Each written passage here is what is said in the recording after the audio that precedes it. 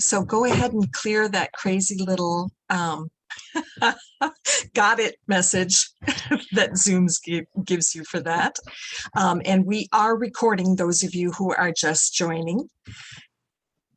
And oh, thanks, Michelle, for letting us know that. And please do use the chat. If I don't get to your question, I will answer it when I do the follow-up. So I wanted to start out just by talking a little bit about some of the changes that LinkedIn has made to the features and functionality. Most people don't pay much attention to that over the summer. We've got other things going on. And some of them aren't even all that new. How many of you guys either raise your hand on your screen or raise your hand physically in your real person if you know about creator mode and are using creator mode? Anybody using it? Anybody know what it is?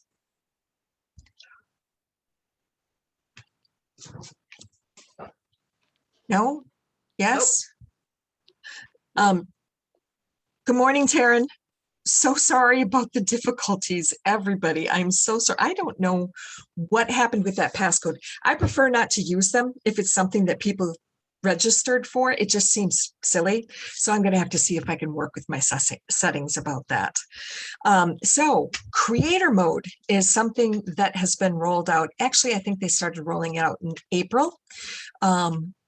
But we've been so distracted, we only have the bandwidth to pay attention to, a teeny tiny amount of what's happening in the world. Creator mode is something that I recommend people use. So what is it? It is something, if you look at your LinkedIn profile, actually, I'm going to share my screen. I'll show you exactly where it is on your dashboard.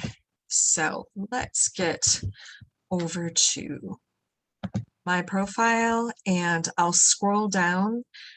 And so you may or may not know, but everybody has this thing called a dashboard. And on the dashboard, you're going to see who's viewed your profile. This is a 90-day statistic. This is the last post that you did. I have 27 views of my last post. That's pretty crappy. And then this is a 1-week statistic. This is how many searches you've appeared in a week. Now, directly below that is creator mode, and I have mine on. So what creator mode is, it actually allows you to add all these hashtags, 5 hashtags. So it says right here, I talk about LinkedIn strategy, business development, profile optimization, content strategy on LinkedIn, and professional branding on LinkedIn. So best practices for that. Here's your challenge. Can you boil your business down to 5 hashtags? Now, you get to use as lengthy a hashtag as you want. I mean, I'm sure you saw I have professional development on LinkedIn. So you can add all kinds of words to it. You can make it a nice long hashtag, but you want to think about what are your 5 quintessential hashtags. And when you turn that on, what it is it's kind of like, it's like preferred hashtags. They get a little bit more weight. And so if somebody types those search terms into the search bar, you're going to pop up quicker than somebody that doesn't have it in creator mode. Now, the other thing that creator mode does is what they say, and what LinkedIn says things do and what they actually do are 2 completely different things. So your activity area is only your original posts. It's not every single thing that you've liked, commented, or shared. It's just your post, and there are 6 instead of 4. So, if you don't have it on, you only get to see the last 4 things that you did, and it's all your activity. If you have creator mode on, it's only original posts. So what it's doing is it's preferentially serving up on your profile things that you posted intentionally. So that's what creator mode is. And also, the other thing that it does is instead of connecting with you, it changes that connect button to follow. Now, people can still connect with you, but what LinkedIn thinks is people are more likely to follow you because it doesn't go through the whole process of having you approve it. They can follow you no matter what. And so they think you can build your audience quicker that way. Now, I think that's BS, but that's just my personal opinion. I'd rather connect. So what I do is if somebody follows me, yes, Leanne, I can demonstrate that once more for you. So on your profile, you go to your dashboard, and just below where all the stats are is creator mode. And it's really simple. It seriously takes you almost no time at all, because all you're doing is you're typing in hashtags, and then you just hit save, and then those hashtags appear right underneath your headline. And so when people search on those, your name is guaranteed to come up. And the way hashtags work is it actually searches for individual words. So it does not have to be, so if you have profile optimization and somebody types in something else optimization, my profile still might turn up for that. So it's individual words, not strings of words that are used in a search. So if I tell people who are doing organization development and team transformation and change management. So if somebody types in transformation management, they're still going to come up because they have both of those words. They're just not in the same string. So I hope that makes sense. The SEO is such a complex animal. It's like you have to have a PhD to understand SEO. So I'm really dumbing it down a lot to make it a little bit more accessible for you guys. So anybody have any questions on creator mode? I do recommend using it. LinkedIn says they're going to roll out some cool new features for creator mode if you already have it turned on. So I'm expecting by the end of this month, they will be adding some new things. Now, one of the things that they say they're going to be adding will be some tips and tricks, some insider information on how to make the most of your content and how to position yourself as a thought leader. So I'm curious, my perspective and a lot of the other LinkedIn consultants that I know from the consortium, LinkedIn doesn't understand the functionality of LinkedIn. And generally when they think something is super cool, it doesn't actually work that way. I have been tracking my 7 clients that I do social media management for, and I haven't seen a significant increase in the views that they're getting on their content, but I'm going to have to confess, this is over the summer. And this summer is a summer like no other. I mean, seriously, views for most posting, unless it's super personal or really something tintillating, views have been way down over the summer. I mean, way down over past summers, because we're so distracted by 100 different things, and we're trying to get outside, we're trying to reconnect with family, that sort of thing. So this summer's, if you're a content person, this summer sucked. I'm just going to say it was rough. Tina, you post, did you notice that your views went down over the summer? Yeah, I didn't connect the dots. I thought maybe my content wasn't good, but I no, Tina, your content is, no, don't take it personal. Seriously, don't take it personal. It was a rough summer.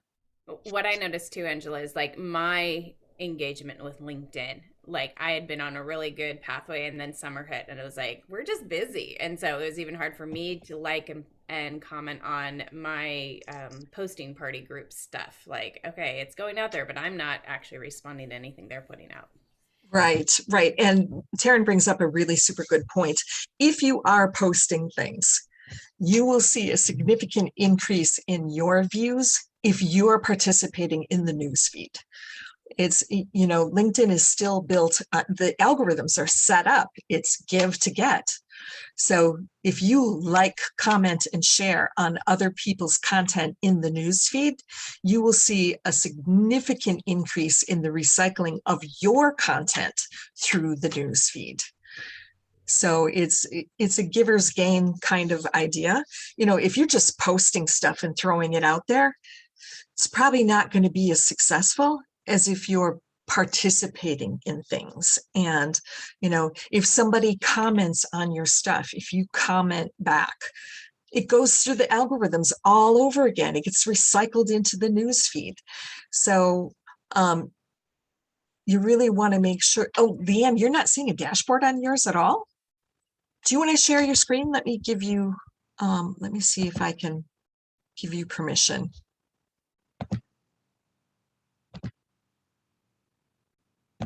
All right, Leanne, you should be able to share your screen. This will be great. I love being able to demonstrate, you know, who wants to see me do stuff? I know how to do this stuff, right?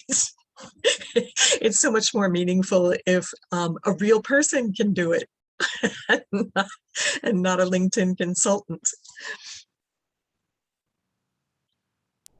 And no, Leanne, we can't hear you if you're speaking. Oh, and go ahead and share your screen, Leanne, and we'll walk you through this. I think she typed in there that she found the dashboard. Oh, okay, great. All right, so any other questions on creator mode? And I'll move on to stories quick. No questions? Okay, so stories. You know, LinkedIn is always the last to the party. You know, hashtags, they were so late to the party. And stories is kind of the same thing. It's really an answer to TikTok. And I would love to hear from you guys. Is anybody here on TikTok? Anybody? You know, shoot a message into the chat and say yes or no. I'm super curious. I can only spread myself so thin. So Clubhouse, TikTok, you know, I haven't gone there yet. And business is good. So it's like, why spread yourself so thin when things are working? But stories is LinkedIn's answer to TikTok. So I've been experimenting on Facebook with stories, and they do get an awful lot of traction. They really get a much bigger viewership. So I use Facebook because I don't care if I embarrass myself on Facebook. People will forgive me. But if I'm going to use them on LinkedIn, I want to do it right. So best use of stories. And first of all, stories are only on your mobile. So if you want to get your phones out and look at LinkedIn on your phone, if you open up LinkedIn, it's way at the top. And there's a whole bunch of circles, and your profile photo will have a plus sign by it. And that's how you can add a story on the mobile. Now, if it's a video, 30 seconds. That's all you get. But what most people do is they're adding images. So what is a best use of stories? So let's say you have an event that's coming up, like this one. I could have used stories and used the, you know, Eventbrite graphic and added the date and time to it, and then put that. And if you use, like, it's kind of like slides. If you use stills, they're a slider. So it's one photo, the next photo, and the next photo. And I think you can put up to 7, and then those will be timed for equal timing as they slide to the left during that 30 seconds that you get to view a story. So what I recommend, if you want to use this, if you want to give it a try, look at other people's stories and see how they're using it. I mean, there are a lot of people that are, you know, it's like, I had lunch with so-and-so. I don't care. You know, if you're going to do it, use a statistic or a fact about your business. If you're doing some networking and you've got some great happy pictures of happy people, awesome use of that. Here I am at the first in-person whatever event that you went to. That's a celebration. That's great. Anything that you're celebrating. I mean, if you just made an accomplishment, that is a great use of that. If you just put together a slide deck, take 3 or 4 of those slides, add them as images on your phone, and upload them into stories. And what I recommend, anytime you try something new, don't expect immediate results. You may get them, and celebrate if you do, but do it consistently. Try it like once a week and see if, and I try to coordinate things. So, if I have a couple of pictures that are on the same theme, then I'll add those 3 photos, and then the last one will be a comment that's just on a regular slide or a graphic of some kind that I add to that. So I sort of sum up the 3 photos in a statement. But anybody have any questions about stories or how to use them? I actually don't see that on mine. So Well, do you have an iPhone or an Android? no, I have an Android. Yeah, I can't speak to Android. Right? I will Might do. not be available yet. It should be. Stories has been out for more than a year. So it should be. But Taryn, what I'll do, I have a whole bunch of things lined up to send you as resources. I have some great articles on each of these things that I'm talking about that I'm going to send to you as follow-up. So I'll see what I can do for my Android friends. See if I can find you some good information about that. And I will be summing up a lot of this stuff into some best practices for you as well. Mark, you have a question. So what does stories actually get you that putting in something succinctly in your profile doesn't? That's a great question. And this is where LinkedIn and I don't agree about much of anything, because our attention there's so many demands on it. And if somebody really wants a direct answer about you, they're going to look at your LinkedIn profile, not at your stories. Right. So you want to consider your audience. Is your audience young enough that they probably use stories? That it's something that they pay attention to? If they're not, don't waste your time. I see.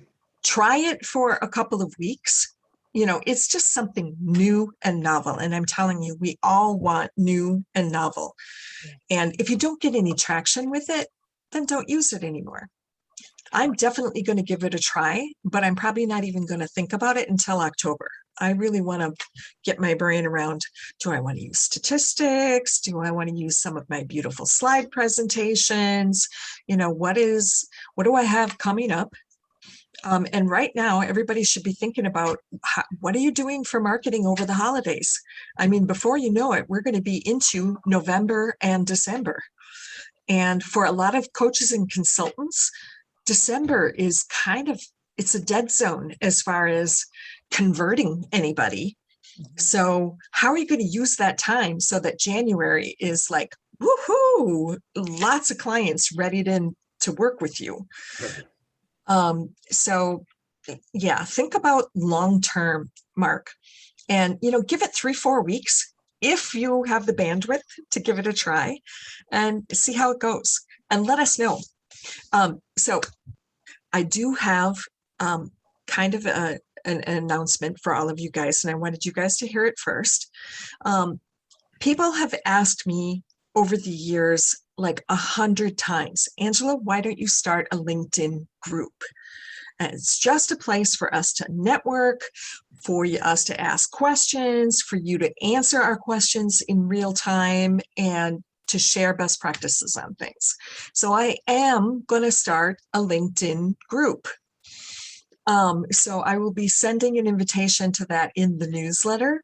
And seriously, what I'd love for you to do is when a question comes up, go into that group and ask it. And I'll answer it probably with a video so that whoever's paying attention can learn from your question. So it'll just be kind of a group share sort of place, and it'll be private. It'll only be people that I let in, and it will only be people from my list. So they've been vetted in one way or another. So Christine, I saw that you had a question. Do you still have that question? I don't, I was just gonna say, I think it was Karen who didn't have it. I just installed LinkedIn on my phone. And when I opened the window, right under my picture, there was a bubble that says, introduce yourself with a 30-second video, add a cover story. That's a little bit different. So this is confusing because there's stories and Right. there is cover story, and they're Okay. two different things. Okay. So cover story is something that you use to introduce yourself on your profile. Now, best practices for cover story are saying, like, hey, coaches and consultants, I'm so glad that you visited my profile. Here are my core things that I can help you with. And if you're curious, please pay attention to the call to action in my about section. You get 30 seconds. Okay. But it's kind of an introduction to you and what you do. So in that last newsletter, if you click on the photo of Diane's profile, that'll take you straight to her profile. And if you click on her profile picture, then she has a 30-second video that introduces her as a franchise consultant. So it's just one more interactive way. It really does help build relationship quicker, because LinkedIn is a static platform. It's 2D. Now, if you can add a video right at the top of your profile, it's much more likely that somebody is going to create a emotional connection to you rather than it just being, boring, same old like everybody else's. So people have used that in very creative ways. If you Google cover stories on LinkedIn, oh my gosh, the younger generation, they're doing some wild, crazy stuff with cover stories. And me, I'm just a little bit more straight up business. But I have a script written for it. I haven't done mine yet. I don't know what I'm waiting for. Me and video is yeah. I have 1,000 reasons why not to. My hair doesn't look right, and it's not sunny enough, and whatever. Should I do it outside? Should I do it inside? Blah, blah, blah, blah, blah. I don't like the script. Oh, blah, blah. Yeah. Anyway. So that's the difference between cover story and stories. And I would really be curious if anybody has any success with stories. So please do let us know once I open up that group. If you make a great connection, or, get a sign up for something, and they say that they saw your story. I would be super curious to hear about that, because I think if we're going to use it, we need some encouragement. And that would be great. So what was creator mode, stories? I know there's one more big thing that I wanted to talk about. Oh, LinkedIn Live. Oh my gosh. Does anybody have LinkedIn Live? It is mobile only. So here's the reason why I wanted to talk about it today. One of my clients and friends, Mary Sue, just discovered that she had LinkedIn Live on her phone. She had gotten it a long time ago and didn't realize it. And so she went live like within 20 minutes of discovering it and got lots of traction. So that is something that goes into the news feed as a video. And I'm telling you, she was so surprised. She's like, it's 3 times the amount of views that I get with anything else. And I'm like, Mary Sue, it's a video. And you were talking about your new book. That's exciting. It was really a dynamic video. And so if you have the old version of LinkedIn Live, you should definitely take advantage of it. I have a friend that is using LinkedIn Live every day at 6:00 p.m. And that is where he gets most of his business from. He just shows up live every day for 3 minutes, and that's how he's getting his traction on LinkedIn. So if you already have it, it's a great resource. Now, here's the caveat to that. If you don't have it, it is, I have one friend that applied 7 times before she got it. You also have to sign up for some sort of a live stream app, and those cost money. It's not free.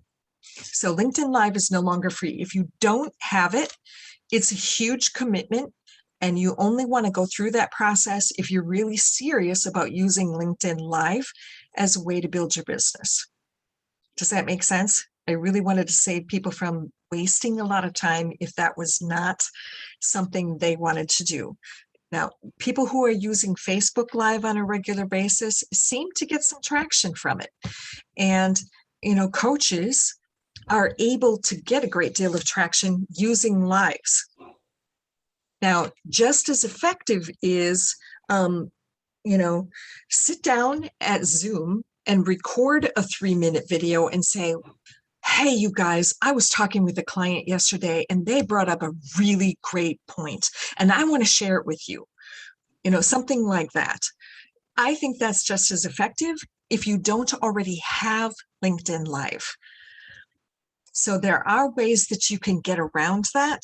And I'm going to tell you, my clients that are doing video, you know, they may come up with the greatest script and it's the perfect delivery. It's fantastic. But the ones that really get traction are the ones that they say, hey, I had a client yesterday and here's what they said. And here's what I thought about that afterwards and the answer I wish I had given them. Those are super effective when it's in the moment and it's inspired by something and it's really raw and honest. Wow, those, I mean, seriously, if you don't get to 1,000 or 2,000 views on something like that, there's something wrong. It's not the right topic.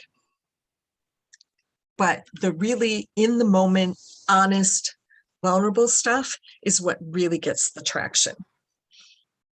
So that's what I would recommend. If you don't already have LinkedIn Live, you know, every once in a while, do a spontaneous video.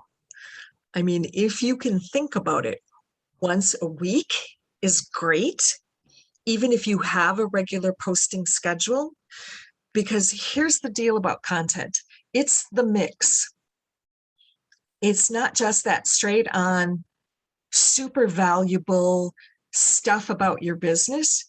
The spontaneous stuff is what really gets the traction and reinvigorates attention to the rest of your content. So once in a while, something that's off script, that's, you know, hey, I just discovered that and I want to celebrate. Will you celebrate with me? Or, you know, I just made this huge realization. You know, that kind of stuff is what really brings back a lot of the attention to regular posting. So it's your mix. Any questions about any of that? And then I'm just going to open it up for whatever flies out of you guys' heads. Angela, can you hear me? Yes, loud and clear. Oh, good. Oh, awesome. Good. Can an organizational page apply to be to get a LinkedIn Live, or does it have to Yes. be an individual? Okay. And it's a little bit less rigorous of a process. You still have to have a streaming tool, but they're much more likely to say yes and not make you apply 7 times to get LinkedIn Live. The competition for LinkedIn Live is ridiculous now, but a company page is much more likely to get it. So great question, Leanne. You know, that's a way to get around it. It's just that it depends on how many followers you have on your company page. Those are the only people that are going to see it. So you still want to share it into the news feed from your profile. Does that make sense? You know, it's still a 2-step to really get maximum benefit from it. So what other questions do you guys have? Tina? I am using my profile mostly to post, but I do have a business page, but I am getting several random people from other countries that have engaged in my business page that have said they've attended some sort of training through my company, and it's all erroneous, and I don't know what I should do with that. There's like about 5 to 7, maybe close to 10 of those. Oh, that's very predatory, and it's very disturbing to hear that. I do believe there is a way that you can make sure that somebody unfollows your page. And I've never run into that, but let me investigate that for you, Tina, and I'll send you. Do any of you guys use Loom, Loom? Yes.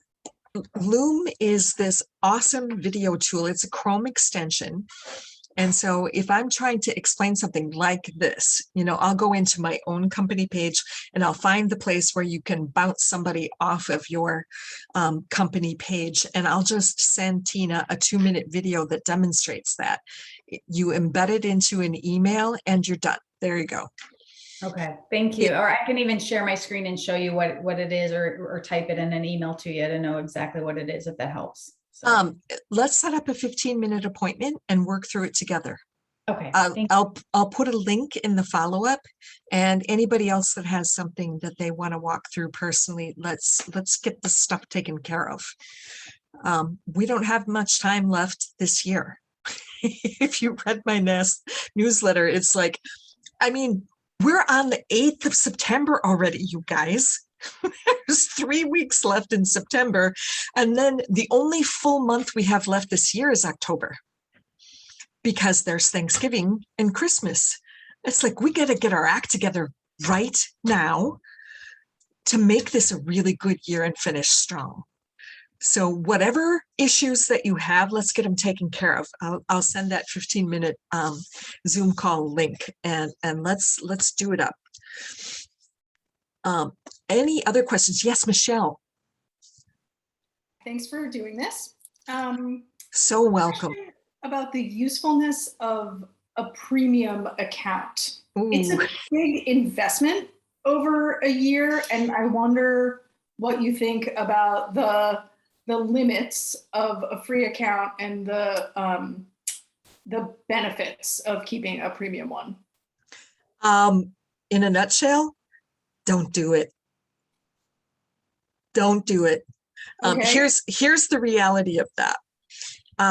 LinkedIn has stripped all of the features from the premium accounts. Huh. They have cut that more than in half. You do not get the juiciest features that used to be with the premium accounts. Okay. They've put everything into Sales Navigator. Everything. All the in-mails, all the stuff, they've put it into Sales Navigator. Sales Navigator is about $1,000 a year. So they're really pushing their business model towards Sales Navigator. They're really, in my opinion, there isn't any benefit from any of the other premium accounts. And there are 3. Thanks. There That was is- super clear. Don't waste your money. I love that question, though. So thank you, Michelle. Leanne. Yeah, I was wondering, I saw that LinkedIn added it's kind of like a Facebook boost option. Have you played at all with that? And have you noticed any differences in more boosted content coming through the feed versus before? I follow Ted Prodromou, and he does a lot of boosting for his clients, and it has mixed reviews. Mostly what I've heard from my LinkedIn Consultants Consortium is anything that you do paid on LinkedIn is nowhere near as powerful as organic. So I would say pick a budget.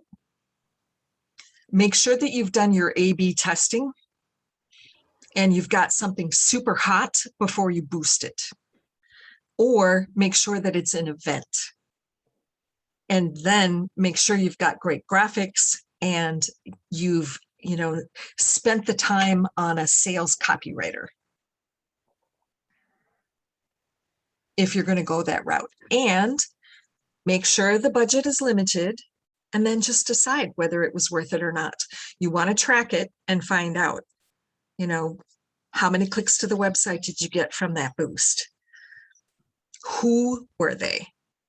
Can you determine that sort of thing? And it sort of gets mixed up. I mean, here's the truth. 52% of the traffic driven to websites from social comes from LinkedIn. More than half of all social media traffic to websites is from LinkedIn. It may be worth it, Leanne, but I would say do a very controlled experiment first. Taryn, I think Mark's hand was up first. Mark, do you have another question? Yeah. First of all, I don't even know what Robanics was that you just mentioned, but I think I recall maybe 6 months ago or 5 months ago, you said something about LinkedIn is changing everything. Is it even worth it anymore? So I guess I'm asking you, do you still feel that way, or? LinkedIn is going to be worth it. And I think you might have misunderstood. I have said some things about the content. Content is something that if you're not doing it now, you're probably going to miss your window. But LinkedIn is the only game in town for a professional platform. I mean, here from a numbers standpoint, it's 774 million people strong. I have watched at least 15 to 20 competitors drop out of the race. Okay. What is They're Robanics? Pardon? Didn't you say Robanics or something? Is that another competitive company, or did I misunderstand you? No, yeah, I'm not sure. Okay. Yeah, I'm not sure. So you said if you haven't posted content, which I haven't, because I haven't even been involved in it really. I just have been absolutely delaying, putting my head in the sand. You're too late. You mean it's too late to post content now because they're going to charge for it or something?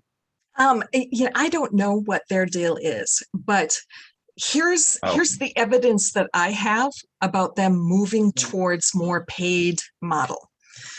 Okay. So they started limiting the number of invitations that you can send a day or a week. So over the summer, this is their answer. LinkedIn hates third-party automation, hates it. They've been trying to wipe it out completely. And what am I talking about? I'm talking about all these companies that tell you, oh, we're going to make you a 7-figure coach or consultant within 90 days, and we're going to send 100 invitations a day for you and get you quality leads. So it's messaging automation that is sent third party. Most of their messaging is generic and it's really bad. So now you can only send 100 invitations a week, not per day. And that has shut down most of these companies. That's a good thing in my viewpoint. It is a very good thing, but they're getting much more aggressive about this stuff. And slowly over the past 6 months, they stripped the premium accounts of everything. And they've pushed everybody towards Sales Navigator. Now that's a pretty bold move as well, because not everybody is going to pay $1,000 a year to be on LinkedIn. And Sales Navigator is so complex unless you have some serious training in how to use Sales Navigator. Most people that have it are super frustrated. I know a lot of people that have it. They've made a huge mess out of it, and it's almost best to start over. I see. It's a rabbit hole. Unless you go in, most people think it's a CRM, and it's not. But LinkedIn with the free features is still pretty good. Oh my God, it's the best game in town, Mark. I misunderstood you. I misunderstood you. Yeah, no, it still is. I mean, They have taken away the search features from free LinkedIn and every single one of the premium accounts. You do not have saved searches anymore, even with the premium accounts. But if you are interested in doing saved searches, I have a workaround for you. You can save as many as you want and mine them whenever you want. What's a saved search? Let's say that your target audience is startup founders. Okay, That's your ideal audience. So first of all, you want to do a search on who's in your network already that is a startup founder or CEO or executive director. Those are 3 different searches right there. Now, the next thing that you're going to do is you're going to look at your second connections and find out who you can prospect with and invite them to at least connect with you. okay. And then watch what they do, possibly start sharing content, but mining that list and sending a couple invitations a week and super saturating your network with your ideal client. You're much more likely to get business that way. Does that make sense, Mark? That does. And so what can't you do when you say save searches? What are they trying to limit you from doing? I know you have a workaround, but what is LinkedIn trying to limit you from doing? Well, it's that, multiple invitations a day from an automation is No, but you just said they've stopped the save searches. that is a part of it, because what the automation company does is they do saved searches I see. of your ideal client, and that's who they target for the messaging.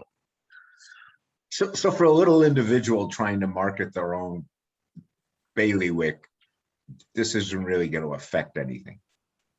Or am I The restrictions from LinkedIn, Yeah. no, it's not, Okay. because I can show you the workarounds. And for somebody who's 100 invitations a day, my gosh, I don't send that, or 100 invitations a week, I don't send that many. Right. If I've had a speaking event, I ask them to connect with me. I don't send invitations. It's up to them. If they take the time to connect with me, Right. they're a better connection than if I aggressively connect with everybody on that list, Well, right? it's kind of creepy if you aggressively go after them, then people Right. are creeped out. Like, oh, I just listened to this. Maybe I like it, maybe I didn't, and now they're coming after me. It's Right. much more effective if we contact Yes. you. Yes, I think you get a higher quality network by using some of those simple, and I'm an introvert. That's just the way I roll. So that's just the way it's going to be. So great question. That's an awesome question, Mark. Thanks for Thank asking you. that. And Taryn, and then Christine. Okay, so yesterday I was inviting people to a training, pop-up training that I'm going to host tomorrow, and somebody asked, will I be making an offer in that training? And they said it wasn't allowed by LinkedIn terms and conditions. Like, you shouldn't be able to make an offer when you're presenting something. So what does that mean? I'm like, because I'm going to do a training, and yes, there was an intent to be like, hey, and by the way, I've got this other thing happening if you want to do this on a regular basis. Is that not allowed? Is it your webinar, Taryn? It's my webinar. Yeah. You can do anything you want Okay. on your webinar. Okay. That So is what is the not a intent? violation. People are getting LinkedIn does have some interesting restrictions, but what is the goal of LinkedIn? It's to build your business. Mm-hmm. So somebody's misunderstanding something, or they took it a step farther than it actually is. But yeah, if you're on your Zoom, Yeah. I mean, even in a LinkedIn Live, you can make an offer. I mean, why wouldn't you? Yeah, I was like, this doesn't make sense. And I was like, well, I don't want to break a rule, right? Yeah, and no. have people hate me. No, in your webinar, it's your webinar, Taryn. Okay. You can do whatever you want, whatever's ethically within your value system. And people are going to expect you to make some sort of an offer. I mean, even if it's sign up for my newsletter or, check out this thing that I have coming Mhm. up. Mhm. Yeah, Okay. you're So allowed then to do what do that. you think the intent is then for that? Because I did some research in LinkedIn and it says, you shouldn't have offers. So like, what do you think the intent is of that guidelines or whatever? It's like, One of their guidelines for posting is to have a call to action. oh, okay. What So is a call to action? it's to take action. It's probably you want them to go to your website, you want them to sign up for something, you want them to come to a Q&A. There's just yeah, I will investigate that further, but seriously, Okay. on your own webinar, Yeah, and I'm just promoting it through LinkedIn. I invited yeah, people to it. So yeah. and LinkedIn will tell you best practices are, do event promotion. That's one of the greatest uses of LinkedIn is Okay. say, hey, I'm doing this thing. Invite people. Mm-hmm. So how does she respond publicly to that if that was on her feed? It wasn't. It was a private message. Oh, good. It Okay, was good. fine. And I was like, well, I'm going to do some more research on that, but thanks for letting me know. And I have two outcomes that I want is grow my list. So if people are registering through Zoom, I get to pull that information and I can add them into my list. And I was intending to make an invitation to join a mastermind group I'm kicking off, right? So, if they want to, they want to. If they don't, they can say no. Right, right. Well, we are at the top of the hour, and for those of you who have busy lives, I want to respect that. And because there was so much trouble with this today, I'm going to look at my schedule and see if I can do a repeat next Wednesday at 9:00. So if we didn't get to your question, make sure that you email it to me. And I would be happy to answer your question. I will send a link for a 15-minute appointment with the follow-up for this and the resources that I mentioned for each of those things, for LinkedIn Live, for stories, for cover story, and for creator mode. I'll send all of that. And then 2 weeks from today, I have a class that is starting. I'm doing a professional branding and profile optimization 6-week course. So if that is something that you haven't already taken, and some of the people in this call already have taken that class, but if that's something you're interested in, or you have a client or a friend that might be interested in that class, that'll be starting on the 22nd of September. So thank you so much for your persistence. I am so sorry once again about the mix up at the beginning. I am going to go into my Zoom settings and with a fine tooth comb and see if I can fix whatever whatever happened here and make sure it doesn't happen again. And I apologize. Thank you for being the faithful. I really appreciate that. And I will send out the recording for this as well. So if there's something that you missed, and I'll send the chat for you as well so that you can network with a couple of people that are on the call if you choose to do so. So thank you, you guys. Have a wonderful day. Happy fall. I can't tell you how much I love fall and winter. This is my time of year. I'm just, football this week. I get to see Aaron. It's been a long time. It's been a rough off season. It's been a super rough off season. Bye, everybody. Have a fabulous week and send me your questions. Thank you, Angela.